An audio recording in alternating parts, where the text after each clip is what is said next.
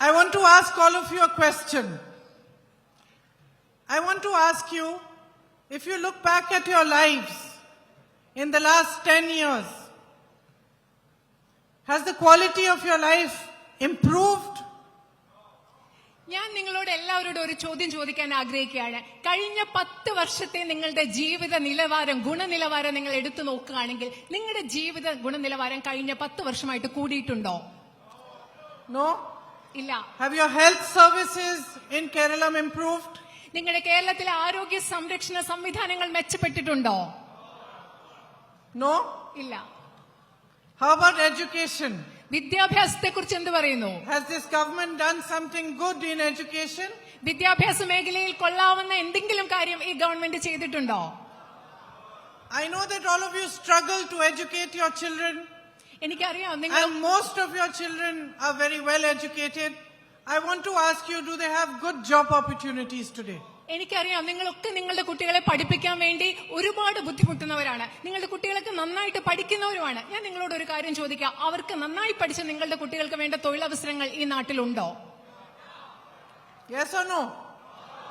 No.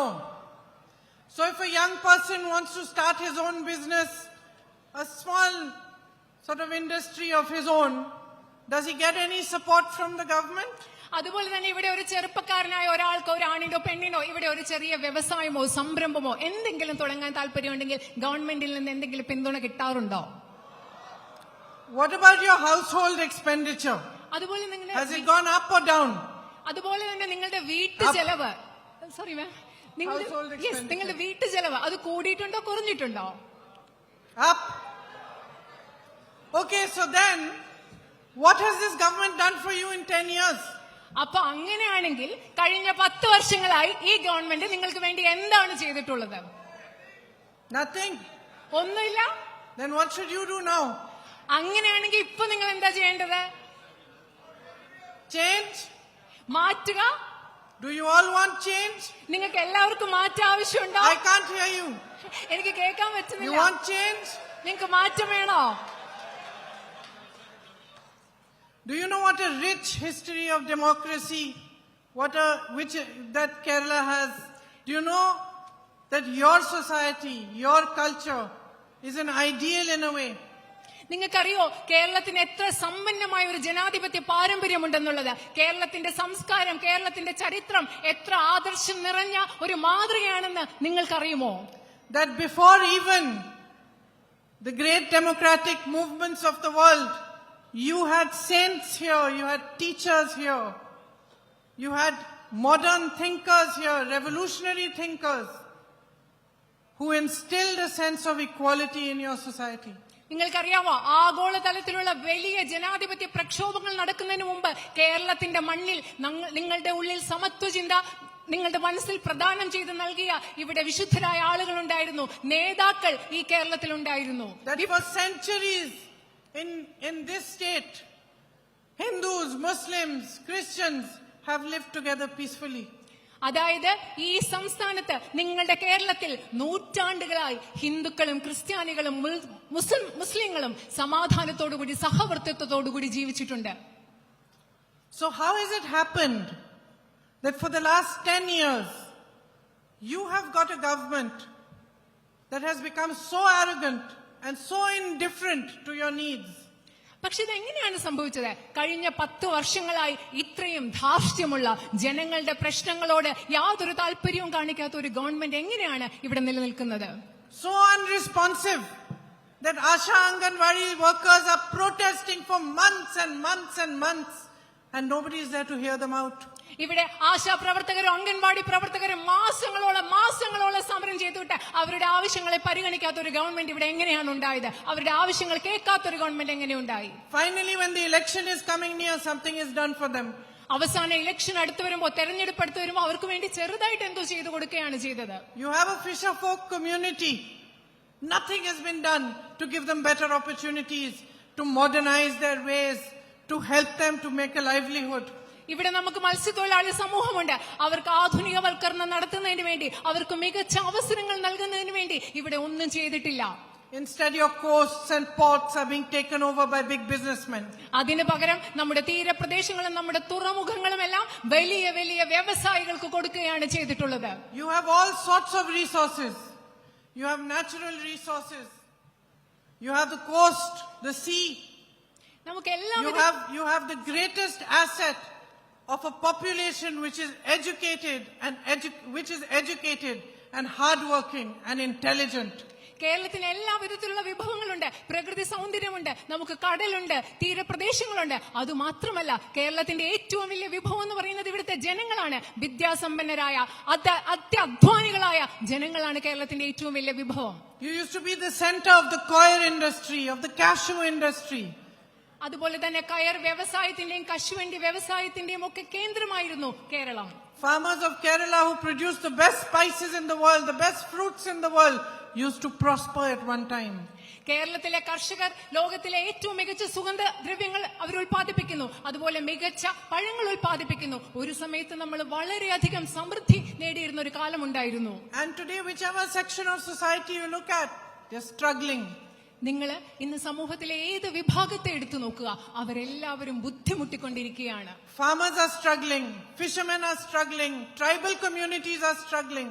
കർഷകർ ബുദ്ധിമുട്ടുകയാണ്, മത്സ്യത്തൊഴിലാളികൾ ബുദ്ധിമുട്ടുകയാണ്, നമ്മുടെ ഗോത്രവർഗത്തിൽപ്പെട്ട ആദിവാസികൾ ബുദ്ധിമുട്ടിക്കൊണ്ടിരിക്കുകയാണ്. There are wholesale attacks on minorities across the country. Many people from our state, from Kerala, have been attacked in other states. ഈ രാജ്യത്ത് മുഴുവൻ ന്യൂനപക്ഷങ്ങളുടെ മേൽ വലിയ രീതിയിലുള്ള ആക്രമണം നടത്തിക്കൊണ്ടിരിക്കുകയാണ്. നമ്മുടെ സംസ്ഥാനത്ത് നിന്നുള്ള ന്യൂനപക്ഷ വിഭാഗത്തിൽപ്പെട്ട ആളുകൾ രാജ്യത്തിന്റെ പല ഭാഗങ്ങളിലും ആക്രമിക്കപ്പെട്ടുകൊണ്ടിരിക്കുകയാണ്. I speak to nurses in Delhi. They tell me that they couldn't get an opportunity here, that the jobs they were getting over here in Kerala were either internships for which they had to work for free, or the salary was so low it wasn't worth their education. ഞാൻ ഡൽഹിയിലെ കേരളത്തിൽ നിന്നുള്ള പല നഴ്സുകളോട് സംസാരിക്കുന്നുണ്ട്. അവർ പറയുന്നത് അവർക്ക് ഇവിടെ ഒന്നുകിൽ തുച്ഛമായ ശമ്പളത്തിലാണ് ജോലി കിട്ടിയത്, അല്ലെങ്കിൽ അവർക്ക് ഇന്റേൺ ആയിട്ട് ശമ്പളമില്ലാതെ ജോലി ചെയ്യേണ്ടി വരുന്നു. അതുകൊണ്ടാണ് അവർക്ക് അവസരങ്ങൾ തേടി രാജ്യത്തിന്റെ മറ്റു ഭാഗങ്ങളിലേക്ക് പോകേണ്ടി വന്നത്. I meet baggage handlers in big airports in the Middle East who tell me that they couldn't get jobs here, so they had to leave. They're not happy. They're happy that they can send money to you and that they can help and support their families, but they're not happy being away from their families. മധ്യേഷ്യയിലെ gulf നാടുകളിലെ എയർപോർട്ടിൽ കാണുന്ന സ്ത്രീകൾ ഞാൻ അവിടെ കണ്ടുമുട്ടിയവർ പറഞ്ഞത് അവർക്ക് അവിടെ ജോലി കിട്ടാനില്ല, നാട്ടിൽ ജോലി ചെയ്യാനാണ് താല്പര്യം. അവരവിടെ താമസിക്കാൻ സന്തോഷമില്ല, അവർക്ക് നാട്ടിലേക്ക് പൈസ അയക്കാൻ സന്തോഷമാണ്, പക്ഷെ അവർ അവിടെ സന്തോഷത്തോടു കൂടി അല്ല അവിടെ ജീവിക്കുന്നത്. I meet ginger farmers in Wayanad who tell me that they would rather go and do their farming in Karnataka because the Kerala government is not providing them with enough support. ഞാൻ വയനാട്ടിൽ കാണുന്ന ഇഞ്ചി കർഷകർ എന്നോട് പറയുന്നുണ്ട്, ഞങ്ങൾ ഇതിലും നല്ലത് കർണാടകത്തിൽ പോയി കൃഷി ചെയ്യാം, കാരണം കേരള ഗവൺമെന്റ് ഞങ്ങൾക്ക് വേണ്ട ഒരു പിന്തുണയും നൽകുന്നില്ല. So what is happening here? അപ്പൊ എന്താണ് ഈ നാട്ടിൽ സംഭവിച്ചുകൊണ്ടിരിക്കുന്നത്? What is happening is that you have a leadership and a government that is only interested in retaining power and in its own corruption. എന്താണ് കേരളത്തിൽ സംഭവിക്കുന്നത് അറിയാമോ? നിങ്ങൾക്കിവിടെയുള്ള നേതൃത്വം, നിങ്ങൾക്കുള്ള ഗവൺമെന്റ് എന്ന് പറയുന്നത് എങ്ങനെയും അഴിമതി നടത്തി അധികാരത്തിൽ നിലനിൽക്കുക, തുടരുക എന്നതിൽ മാത്രം ശ്രദ്ധിക്കുന്ന ഒരു ഗവൺമെന്റ് ആണ് നിങ്ങൾക്കിവിടെ ഉള്ളത്. They have become so desperate to stay in power that they have joined hands secretly with the BJP. അവരെ അധികാരത്തിൽ തുടരണമെന്ന് അവർക്ക് ഇത്ര താല്പര്യമായി അതിനുവേണ്ടി അവർ രഹസ്യമായി ബിജെപിയോട് ചേർന്ന് നിൽക്കുന്ന ഒരു ഗവൺമെന്റ് ആണ് ഇവിടെ ഉള്ളത്. The same BJP who ideologically is poles apart from them. അത് നിങ്ങൾക്കറിയോ ഏത് ബിജെപിയോടാണ് അവർ ചേർന്ന് നിൽക്കുന്നത്? ആശയപരമായി ധ്രുവങ്ങൾ മാറി ഇടതുപക്ഷത്തോട് നിൽക്കുന്ന ബിജെപിയോടാണ് അവർ ഇന്ന് കൂട്ടുചേർന്നിരിക്കുന്നത്. I am sorry to say, my sisters and brothers, that whether it is Kerala today or India, we are being ruled by cowards. ഞാൻ ഇത്തിരി വിഷമത്തോടു കൂടിയാണ് എന്റെ പ്രിയപ്പെട്ട സഹോദരി സഹോദരന്മാരെ നിങ്ങളോട് ഒരു കാര്യം പറയുന്നത്. ഇന്ന് കേരളമാണെങ്കിലും ഇന്ത്യ ആണെങ്കിലും നമ്മളെ ഭരിക്കുന്നത് ഭീരുക്കളാണെന്ന് ഞാൻ നിങ്ങളോട് പറയുകയാണ്. Your chief minister here bows to Narendra Modi to protect himself and his own corruption. നിങ്ങളുടെ കേരളത്തിലെ മുഖ്യമന്ത്രി സ്വയം സംരക്ഷിക്കുന്നതിന് വേണ്ടി നരേന്ദ്രമോദിയുടെ മുൻപിൽ തലകുനിച്ചു നിൽക്കുന്ന ഒരു മുഖ്യമന്ത്രിയാണ് നിങ്ങൾക്ക് ഇവിടെ ഉള്ളത്. And Narendra Modi ji, our Prime Minister, bows to the Americans and bows to Israel to protect himself. അപ്പൊ നരേന്ദ്രമോദി സ്വയം സംരക്ഷിക്കുന്നതിന് വേണ്ടി അമേരിക്കയുടെയും ഇസ്രായേലിന്റെയും മുമ്പിൽ തല കുനിച്ചു നിൽക്കുന്ന നരേന്ദ്രമോദിയാണ് നമുക്കുള്ളത്. We are being ruled by compromised politicians who do not have the courage or the guts to stand up for their own state and for their own country. സ്വന്തം രാജ്യത്തിന് സംസ്ഥാനത്തിന് വേണ്ടി നിൽക്കാൻ ധൈര്യമില്ലാത്ത ഒത്തുകളി നടത്തുന്ന രാഷ്ട്രീയക്കാരാണ് നമ്മളെ ഇന്ന് ഭരിച്ചുകൊണ്ടിരിക്കുന്നത്. Modi ji has signed a deal with the Americans in which Indians have to buy 9 lakh crores of American goods. Modiji അമേരിക്കയുമായിട്ട് ഒപ്പുവെച്ചിരിക്കുന്ന വ്യാപാര കരാർ അനുസരിച്ച് ഇന്ത്യക്ക് 9 ലക്ഷം കോടി രൂപയുടെ ഉൽപ്പന്നങ്ങൾ അമേരിക്കയിൽ നിന്ന് വാങ്ങേണ്ടതായി വരും.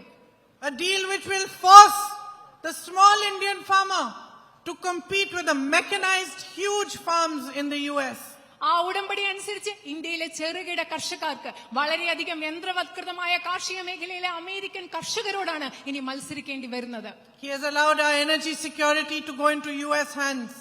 അതുപോലെ തന്നെ ഈ രാജ്യത്തിന്റെ ഇന്ത്യയുടെ ഊർജ്ജ സുരക്ഷ അമേരിക്കൻ കൈകളിലേക്ക് പോകാൻ അദ്ദേഹം അനുമതി നൽകിയിരിക്കുന്നു. Foreign powers are now telling us where to buy oil, how to buy oil, how much oil to buy.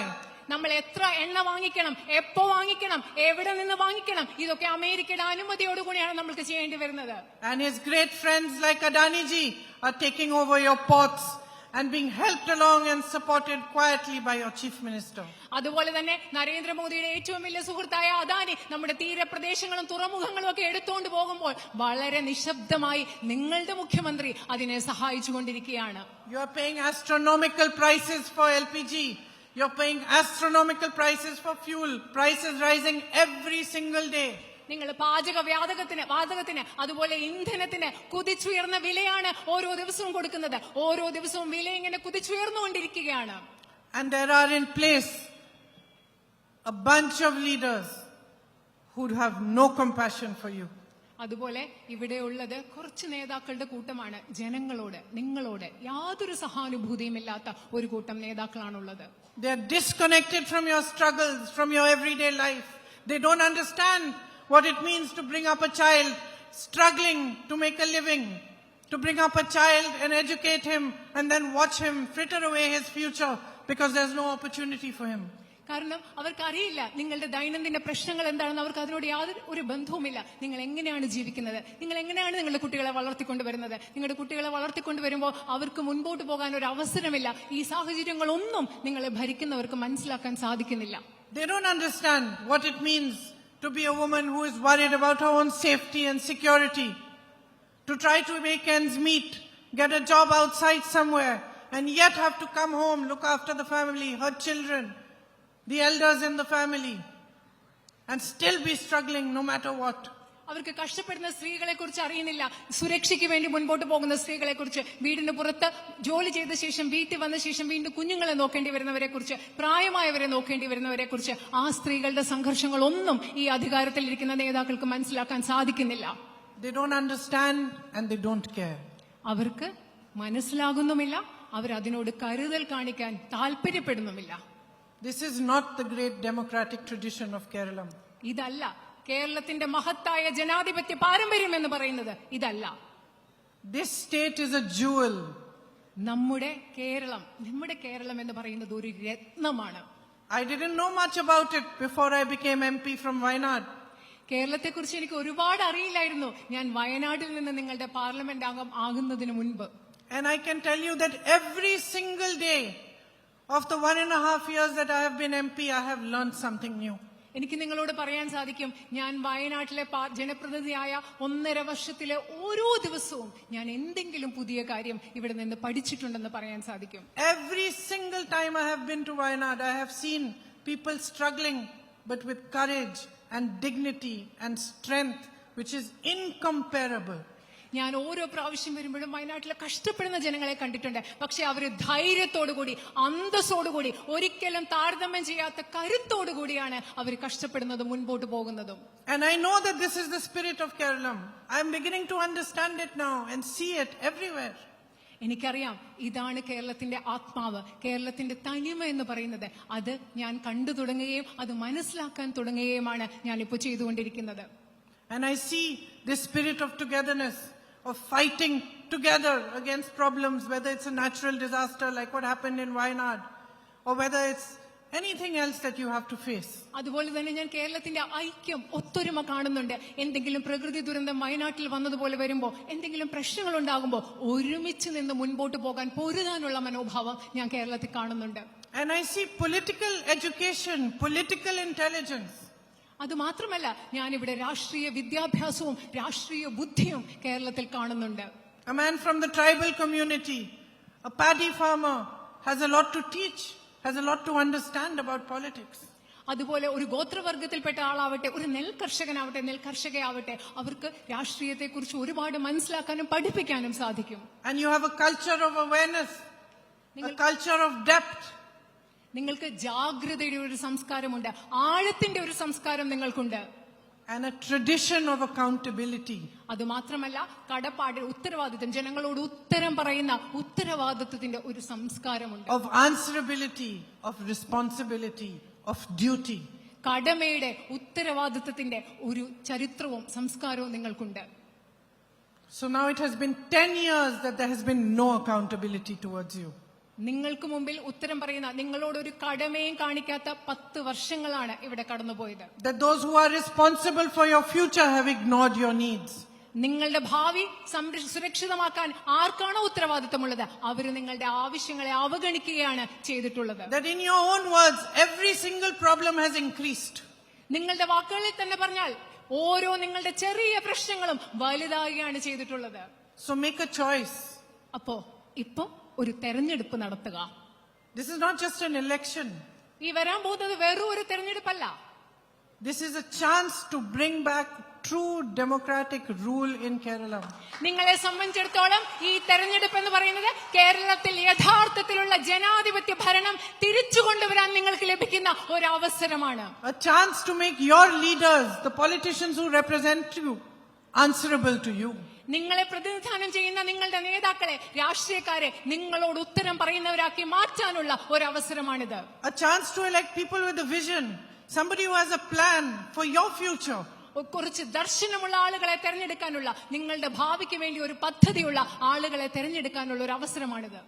You must have heard that the UDF has put forth 5 guarantees, which they call the 5 Indira guarantees. Indira guarantee എന്ന പേരിൽ ഐക്യ ജനാധിപത്യ മുന്നണി 5 ഗ്യാരണ്ടികളുമായി മുമ്പോട്ട് വന്നത് നിങ്ങൾ അതിനെപ്പറ്റി കേട്ടിട്ടുണ്ടാവും. This is just a small part of their larger vision to develop Kerala into a much more progressive, much better, a place with much better opportunities for you to build your futures. നിങ്ങളുടെ ഭാവി നിർമ്മിച്ചെടുക്കാൻ വേണ്ടി വളരെയധികം സാധ്യതകളുള്ള ഒരു ഭാവിയുള്ള ഒരു സംസ്ഥാനമാക്കി കേരളത്തെ വളർത്തിയെടുക്കാനുള്ള ഒരു വലിയ പദ്ധതിയുടെ ചെറിയ ഭാഗം മാത്രമാണ് ഈ ഗ്യാരണ്ടികൾ. But these 5 guarantees are important to give you some relief from the struggles that you're facing. ഇന്ന് നിങ്ങൾ നേരിടുന്ന സംഘർഷങ്ങളിൽ നിന്ന് നിങ്ങൾക്കൊരു ചെറിയ ആശ്വാസം നൽകാനെങ്കിലും ഈ 5 ഗ്യാരണ്ടികൾ ഇന്ന് അത്യാവശ്യമാണ്. The first is that women all across Kerala will be given free bus travel in government buses, wherever they want to go, whenever they want to go.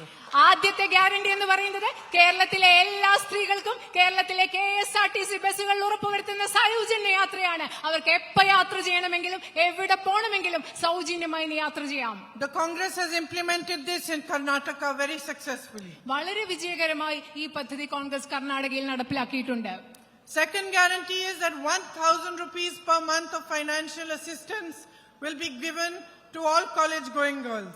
രണ്ടാമത്തെ ഗ്യാരണ്ടി എന്ന് പറയുന്നത് കേരളത്തിലെ കോളേജിൽ പോകുന്ന എല്ലാ പെൺകുട്ടികൾക്കും ഓരോ മാസവും 1000 രൂപയുടെ സാമ്പത്തിക സഹായം നൽകുന്നതായിരിക്കും ഞങ്ങൾ നൽകുന്ന രണ്ടാമത്തെ ഉറപ്പ്.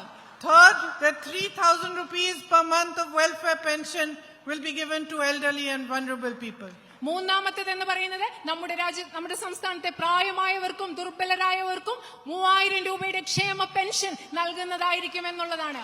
Fourth, if you are a young man or woman who wants to start his or her own business, the government will loan you interest-free 5 lakh rupees to be able to make a start. നാലാമത്തേത് എന്ന് പറയുന്നത് ഇവിടെ ഒരു ചെറുപ്പക്കാരനോ ചെറുപ്പക്കാരിക്കോ വ്യവസായം തുടങ്ങാൻ ആഗ്രഹമുണ്ടെങ്കിൽ നമ്മുടെ government അവർക്ക് 5 ലക്ഷം രൂപ പലിശരഹിത വായ്പയായി നൽകുന്നതായിരിക്കും. And fifth, every household will get 25 lakhs of health insurance, which means that for up to 25 lakh rupees, If anybody has any kind of disease, requires surgery, requires medical intervention, medicine, support, that will be free up to 25 lakhs. നമ്മുടെ അഞ്ചാമത്തെ guarantee എന്ന് പറയുന്നത് ഓരോ കുടുംബത്തിനും 25 ലക്ഷം രൂപയുടെ ആരോഗ്യ insurance. അതായത് ശസ്ത്രക്രിയ മറ്റേത് ആരോഗ്യ പ്രശ്നം ഉണ്ടാകുന്നത് അത് 25 ലക്ഷത്തിന് താഴെയാണെങ്കിൽ നിങ്ങൾക്കത് അതിന്റെ പരിരക്ഷ ലഭിക്കും എന്നുള്ളതാണ് ഞങ്ങളുടെ അഞ്ചാമത്തെ guarantee. These are small steps on the path of trying to put back your own money into your own hands. നിങ്ങളുടെ പൈസ നിങ്ങളുടെ കയ്യിലേക്ക് തിരിച്ചെത്തിക്കാനുള്ള ശ്രമത്തിന്റെ ഭാഗമായിട്ടുള്ള ചെറിയ ചെറിയ ചുവടുവയ്പ്പുകളാണ് ഞങ്ങൾ ഈ പറഞ്ഞത്. To create schemes that help you stand on your own feet, that help you and give you relief from the numerous problems that you are facing daily. നിങ്ങളെ നിങ്ങളുടെ സ്വന്തം കാലിൽ നിൽക്കാൻ പ്രാപ്തരാക്കുന്ന, നിങ്ങൾ ദിവസേന നേരിടുന്ന നിരവധി പ്രശ്നങ്ങളിൽ നിന്ന് നിങ്ങൾക്ക് ആശ്വാസം നൽകാൻ സഹായമാകുന്ന പദ്ധതികളാണിവ. So I request our 11 UDF candidates to come forward. ഞാൻ നമ്മുടെ പ്രിയപ്പെട്ട UDF സ്ഥാനാർത്ഥികളോട് മുൻപോട്ട് വരാൻ അഭ്യർത്ഥിക്കുകയാണ്. All 11 please. 11 സ്ഥാനാർത്ഥികളോട്. Sorry. So I believe that all our UDF candidates are going to work dedicatedly and work hard in your service if you elect them. Please give them your support. ഞാൻ വിശ്വസിക്കുന്നു നിങ്ങൾ തെരഞ്ഞെടുക്കുകയാണെങ്കിൽ ഈ പറയുന്ന എല്ലാ സ്ഥാനാർത്ഥികളിലും നിങ്ങളുടെ സേവനത്തിന് വേണ്ടി സമർപ്പിക്കപ്പെട്ടവരായിരിക്കും എന്ന് ഞാൻ വിശ്വസിക്കുന്നു. നിങ്ങളോട് എല്ലാവരോടും ഇവർക്ക് വേണ്ട പിന്തുണ നൽകണം എന്ന് ഞാൻ അഭ്യർത്ഥിക്കുകയാണ്. And I request you that on the 9th, when you go out to cast your vote, cast it for your future, to make your family stronger, to make your future better. ഞാൻ നിങ്ങളോട് അഭ്യർത്ഥിക്കുകയാണ്, 9-ാം തീയതി നിങ്ങൾ vote ചെയ്യാൻ പോകുമ്പോൾ നിങ്ങൾ vote രേഖപ്പെടുത്തുന്നത് നിങ്ങളുടെ ഭാവിക്ക് വേണ്ടിയായിരിക്കണം. നിങ്ങളുടെ കുടുംബത്തെയും നിങ്ങളുടെ ഭാവിയെയും ശക്തമാക്കാൻ വേണ്ടിയായിരിക്കണം നിങ്ങൾ വോട്ട് ചെയ്യുന്നത്. Easter is coming on Sunday. I wish all of you who celebrate Easter the very best. Have a happy day and all our prayers and good wishes. ഈ വരുന്ന ഞായറാഴ്ച ഈസ്റ്റർ ആണ്. നിങ്ങൾക്ക് എല്ലാവർക്കും ഞാൻ ഈസ്റ്ററിന്റെ ആശംസകൾ നേരുന്നു. നിങ്ങൾക്കൊരു നല്ല ദിവസം, സന്തോഷമുള്ള ദിവസം ഉണ്ടാകട്ടെ എന്ന് ആശംസിക്കുന്നു. നിങ്ങൾക്ക് ഞങ്ങളുടെ എല്ലാവിധ ആശംസകളും പ്രാർത്ഥനകളും. Thank you very much for listening to me so carefully. I hope that you will support and elect a new government to build a new Kerala by supporting the UDF candidates. Thank you. കൂടുതൽ വാർത്തകൾക്ക് news 18 Keralam YouTube channel subscribe ചെയ്യുക.